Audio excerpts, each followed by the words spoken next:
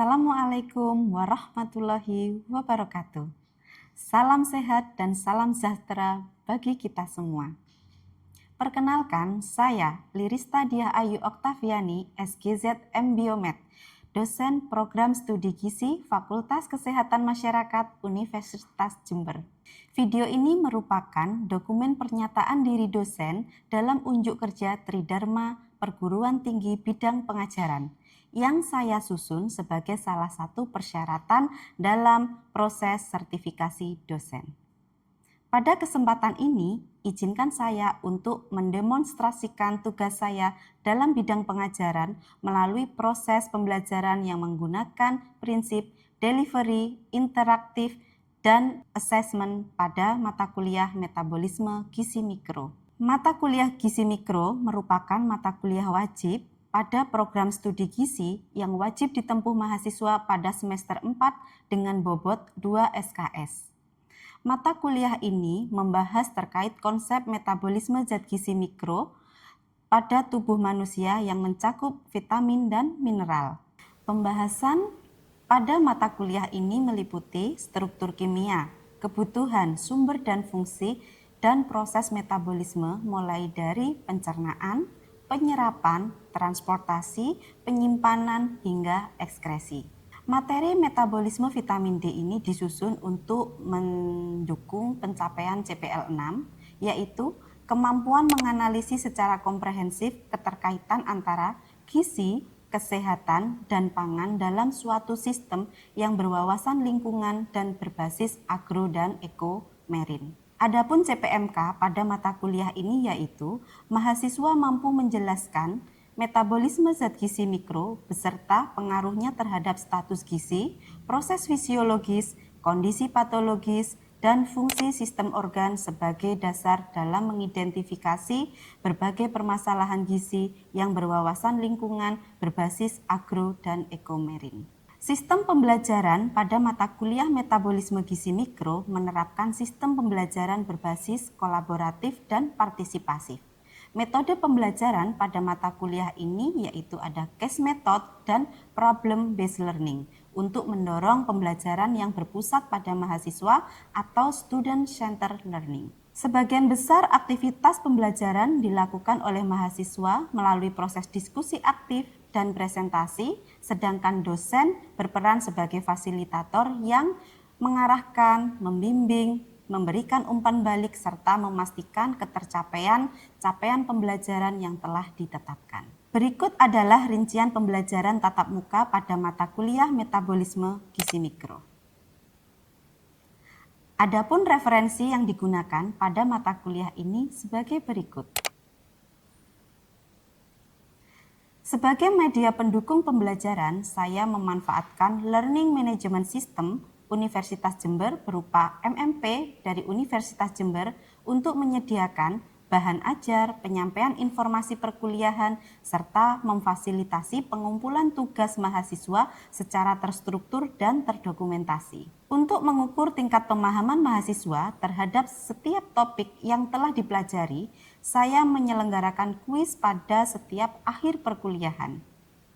Hasil kuis tersebut dimanfaatkan sebagai bagian dari asesmen formatif sekaligus sebagai umpan balik untuk mengevaluasi efektivitas proses pembelajaran yang saya berikan. Berikut adalah metode penilaian dan kaitannya dengan CPMK pada mata kuliah metabolisme gizi mikro.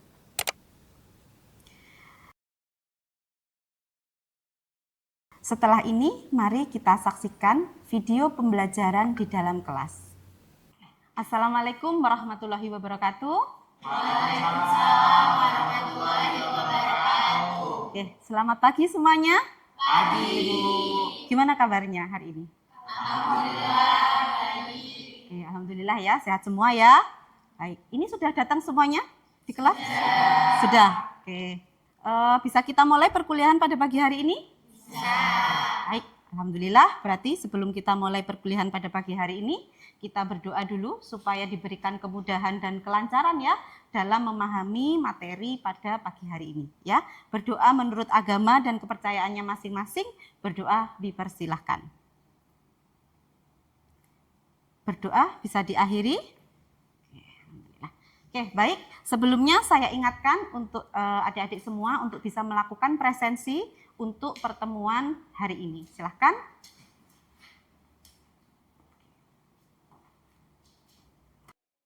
Apakah ada yang mengalami kendala? Tidak? Oke, baik. Jadi sudah aman semua ya presensinya ya? Oke, baik. Oke, baik. Jadi pada pagi hari ini ya, ini adalah pertemuan keempat untuk mata kuliah metabolisme gizi mikro ya. Pada pertemuan minggu keempat ini kita akan belajar bersama-sama terkait bagaimana metabolisme vitamin D ya. Namun sebelum saya mulai perkuliahan ya, materi pada pagi hari ini, saya ingin mereview dulu nih ya. Saya ingin merecall dulu ya bagaimana pemahaman terkait pertemuan sebelumnya ya. Terkait apa? Metabolisme vitamin A. Oke ya. Oke. Bagaimana ya? Ada yang ingat bagaimana proses metabolisme vitamin A mungkin? Oke, silakan. Baik Bu, izin menjawab. Untuk prosesnya sendiri itu melalui pencernaan dan absorpsi di usus halus yang dibantu oleh gerak empedu lalu ditransportasikan. Oke, baik ya. Ada yang mau menambahkan di sini dari jawaban temannya? Silakan, Dek. Baik, Ibu izin menjawab. Jadi vitamin A nantinya didistribusikan ke beberapa jaringan yang membutuhkan seperti sel mata, lalu juga diekskresikan melalui empedu dan feses dan juga sebagian kecil lewat urin. Oke, baik, bagus ya jawabannya gitu ya. Tapi namun gitu ya, dari proses metabolisme yang perlu kita, tahapan proses metabolisme itu mulai dari absorpsi, penyerapan, distribusi dan transportasi, kemudian penyimpanan sampai ke ekskresi. Nah, yang belum ini ekskresinya nih ya.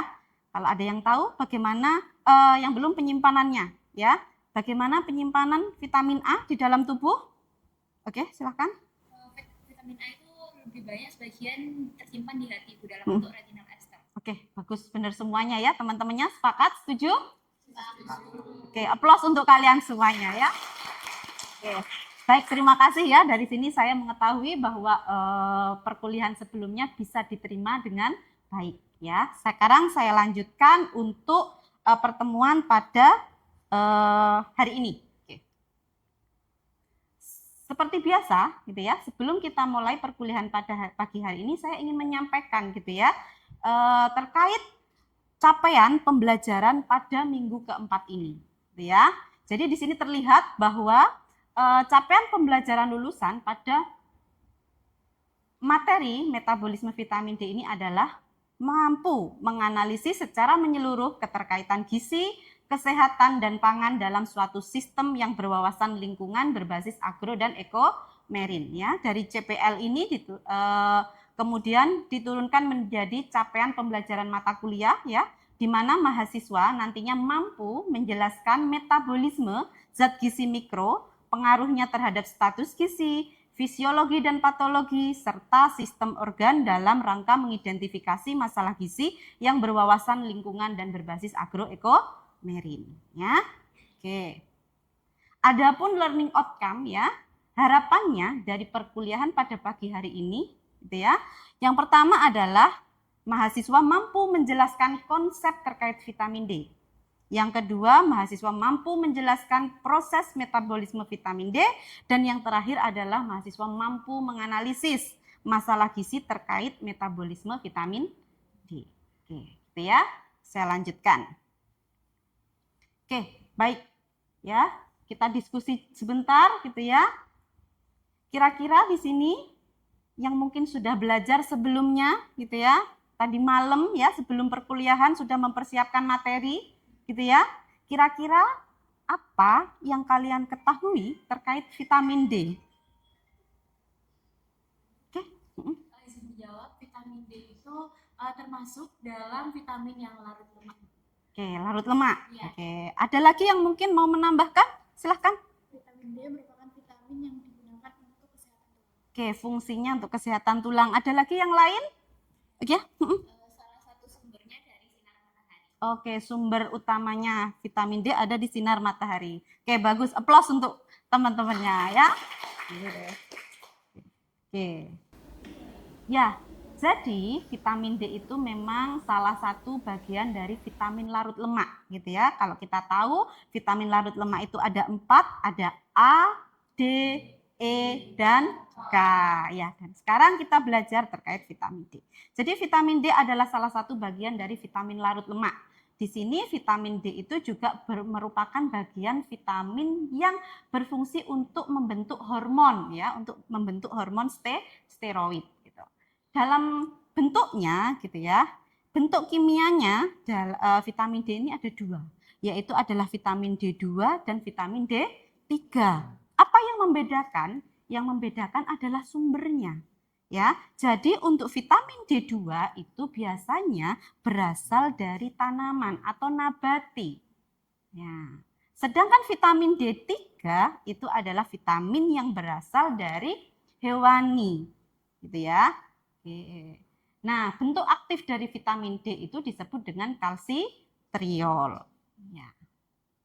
Dan ini adalah fungsi dari vitamin D seperti yang sudah disampaikan temannya tadi gitu ya, adalah salah satunya untuk kesehatan tulang. Karena nanti kalau kita lihat metabolismenya, salah satu fungsi vitamin D itu adalah untuk membantu penyerapan dari kalsium.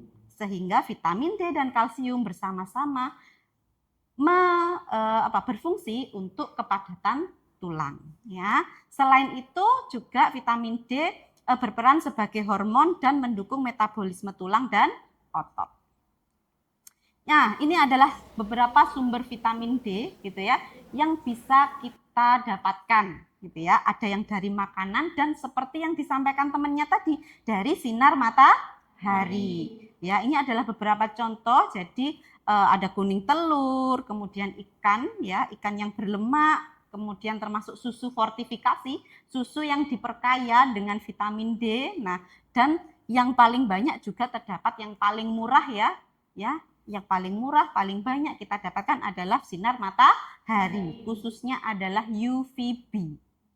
Gitu ya. Di sini UVB itu nanti berperan gitu ya untuk mengubah simpanan-simpanan kolesterol di bawah kulit kita, di bawah subkutan gitu ya, untuk diubah menjadi bentuk vitamin D dalam bentuk 7-dihidrokskalsiferol. Tuh, nanti ya. Oke, ini adalah kebutuhan vitamin D berdasarkan angka kecukupan gizi tahun 2019 bahwa kebutuhan vitamin D itu dikelompokkan berdasarkan usia dan jenis kelaminnya. Gitu ya. Jadi berbeda usia, berbeda jenis kelamin, kebutuhannya bisa jadi beda. Dan biasanya peningkatan kebutuhan vitamin D itu karena kondisi-kondisi khusus. Contohnya ibu menyusui, ibu hamil. Nah, seperti itu ya. Nanti bisa dilihat di AKG, jadi kebutuhan adik-adik di sini berapa.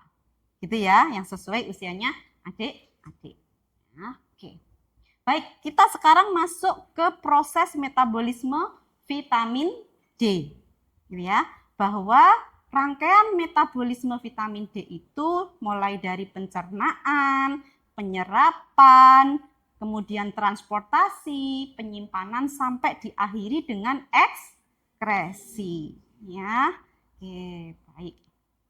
Nah, ini adalah proses metabolisme vitamin D, di mana sumber-sumber vitamin D baik dari makanan maupun kolesterol yang ada di bawah kulit kita gitu ya, mereka akan masuk dicerna di dalam tubuh dan kemudian diserap. Proses penyerapan vitamin D ada di usus halus. Ya, ingat karena vitamin D itu adalah vitamin larut lemak, sehingga dalam penyerapannya ya, dia membutuhkan lemak.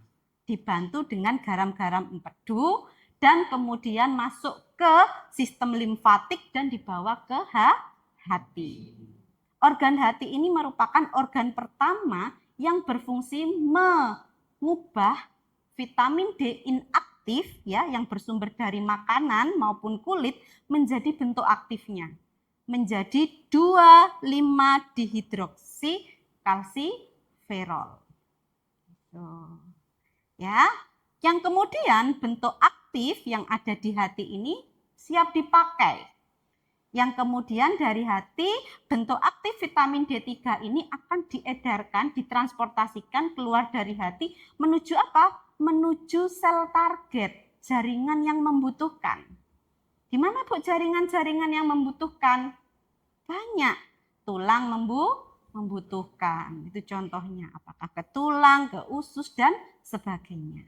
Di sanalah vitamin D yang aktif kemudian akan melakukan fungsinya.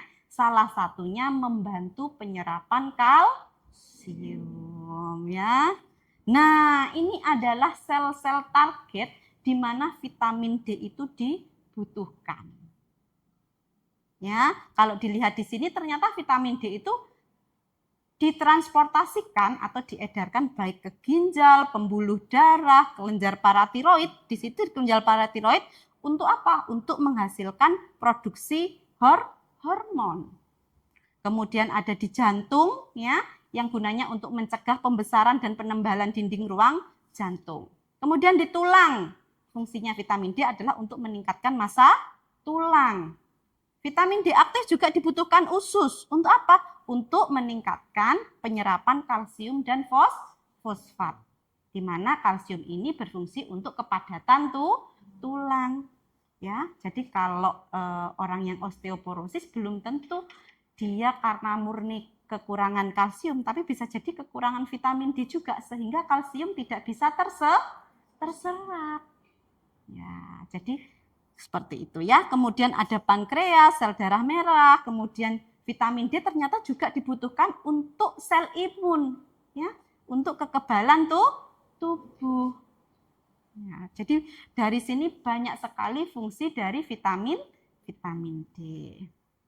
Nah, ini adalah penyimpanan vitamin D, ya, karena vitamin D itu adalah sifatnya larut lemak. Otomatis sudah bisa dipastikan penyimpanan utamanya adalah di jaringan lemak, ya. Hanya itu aja, Bu? Tidak, ya, ada di jaringan-jaringan yang lain, salah satunya juga ada hati, seperti itu, ya. Oke. Nah, ini adalah ekskresi, ya. Jadi sisa metabolisme vitamin D itu kemudian akan diubah atau akan diekskresikan gitu ya melalui urin dan feses. Yang utama adalah feses dan sebagian kecil vitamin D itu akan diekskresikan melalui urin. Oke, baik, itu tadi ya sedikit yang bisa saya sampaikan terkait metabolisme vitamin D. Dari sini ada yang mau ditanyakan? Cukup? Oke, apakah sudah bisa dipahami? Bisa. Paham ya? Oke, alhamdulillah. Baik. Jadi kesimpulan dari pertemuan pada pagi hari ini adalah metabolisme vitamin D merupakan rangkaian proses yang terkoordinasi antara kulit, hati, dan ginjal untuk menghasilkan bentuk vitamin D yang aktif ya, yang esensial agar dapat menjalankan fungsinya dalam tubuh. Oke ya, karena tadi katanya sudah paham ya, coba sekarang saya ingin tahu seberapa paham gitu ya. Ya, seberapa paham dari materi yang sudah saya sampaikan. Ya, tujuannya apa? Untuk mengukur tingkat pemahaman kalian dan sebagai dasar mungkin untuk perbaikan saya di pertemuan selanjutnya. Gitu ya. Oke, siap? Siap. Ya, oke. Soal pertama. Vitamin D3 atau kolekalsiferol dibentuk di kulit dengan bantuan, ada yang bisa menjawab, angkat tangan. Oke, silakan Mas. Oh, untuk jawabannya B, Bu. Sinar UVB. Sinar UVB, kita lihat ya jawabannya ya. Kalau benar, aplaus ya. Oke, gimana? Benar, oke. Ya. Tapi mungkin bisa dijelaskan kenapa sinar UVB? Karena sinar itu nanti yang mengubah kolesterol di kulit menjadi D-aktif. Oke, baik, benar ya. Selanjutnya, untuk soal yang selanjutnya. Organ pertama yang berperan dalam proses aktivasi vitamin D setelah dari kulit adalah, silakan. Oke, silakan agak tinggi biar temannya tahu. Ya. Hati, kita lihat ya apakah benar. Mungkin kalau benar kasih aplausnya ya. Yeay. Oke, baik. Tapi saya pengen tahu dulu alasannya apa? Kenapa kok hati? Karena vitamin D inaktif dari makanan menjadi bentuk aktif yaitu 25 hidroksi. Oke, benar ya. Jadi bentuk vitamin D dari makanan tadi ya, sumber-sumber makanan dan kulit, kemudian akan dibawa ke hati, diubah bentuknya menjadi 25 dihidroksi vitamin D. Ya, oke. Selanjutnya, vitamin D yang berlebih dalam tubuh terutama disimpan di, silakan. Jaringan lemak. Oke, kalau benar kita kasih aplaus ya untuk temennya. Ya, jaringan lemak. Oke, tapi apa dulu nih alasannya? Iya, karena vitamin D merupakan bagian dari vitamin yang larut lemak, otomatis penyimpanan terbanyak adalah di jaringan lemak. Oke, baik. Oke, terima kasih ya. Materi hari ini sudah tersampaikan semua dan kalian mampu menjawab ya pertanyaan-pertanyaan pada pagi hari ini. Nah, sebelum saya akhiri, saya ingin menyampaikan tugas untuk pertemuan kelima atau pertemuan selanjutnya ya. Jadi ini ada LKM. Apakah terlihat? Ya, jadi ini ada LKM yang perlu kalian kerjakan dan ini nanti akan kita diskusikan di pertemuan selanjutnya, gitu ya. Ya, jadi ini adalah pokok bahasannya, jadi terkait menjelaskan struktur kimia, kebutuhan dasar AKG, sumber dan fungsi, proses pencernaan, absorpsi, transportasi, penyimpanan dan ekskresi vitamin larut lemak dan larut air ya. Kemudian ini adalah CPL ya dari penugasan LKM ini, dan ini adalah CPMK dan ini adalah sub CPMK-nya. Jadi ada dua sub CPMK-nya ya terkait vitamin larut lemak, vitamin E dan K, dan vitamin larut air. Cukup vitamin C saja. Dan apa penugasannya? Yaitu di sini ada kasus sebagai bahan diskusi kalian, gitu ya. Nah, dari kasus ini silahkan nanti dibaca dan kemudian setiap kelompok menjawab pertanyaan sesuai kasusnya. Gitu ya. Oke, baik. Setelah itu ini bahan diskusi dan ini pertanyaannya dan kemudian ini ada rubrik penilaian sebagai dasar saya menilai dan sebagai dasar adik-adik mungkin mengerjakan supaya nanti nilainya maksimal. Oke, gitu ya. Apakah ada pertanyaan dari tugas ini? Cukup ya, bisa dipahami? Bisa. Oke, alhamdulillah. Baik, kalau begitu pertemuan pada pagi hari ini bisa kita akhiri. Semoga bermanfaat gitu ya, dan jangan lupa tetap belajar mandiri, diperkaya pengetahuannya gitu ya dari sumber-sumber yang lain gitu ya. Apakah dari artikel, jurnal gitu ya, dan media-media yang kredibel yang lainnya gitu ya. Terima kasih atas atensinya adik-adik semua di sini. Semoga apa yang saya sampaikan sedikit ini bisa bermanfaat, gitu ya. Saya akhiri, wabillahi taufik wal hidayah. Wassalamualaikum warahmatullahi wabarakatuh. Waalaikumsalam warahmatullahi wabarakatuh. Terima kasih, Bu. Sama-sama. Melalui penerapan prinsip delivery, interaktif, dan assessment, proses pembelajaran tidak hanya berorientasi pada transfer pengetahuan, tetapi juga mengembangkan kemampuan berpikir kritis, komunikasi, kolaboratif, dan pemecahan masalah sesuai pendekatan outcome-based education. Demikian video dokumen pernyataan diri dosen dalam unjuk kerja Tridharma Perguruan Tinggi bidang pengajaran saya sampaikan. Terima kasih atas perhatian dan kesempatan yang diberikan. Semoga saya dapat terus berkontribusi dalam meningkatkan mutu pendidikan tinggi melalui pelaksanaan Tridharma Perguruan Tinggi secara profesional dan berintegritas. Wassalamualaikum warahmatullahi wabarakatuh.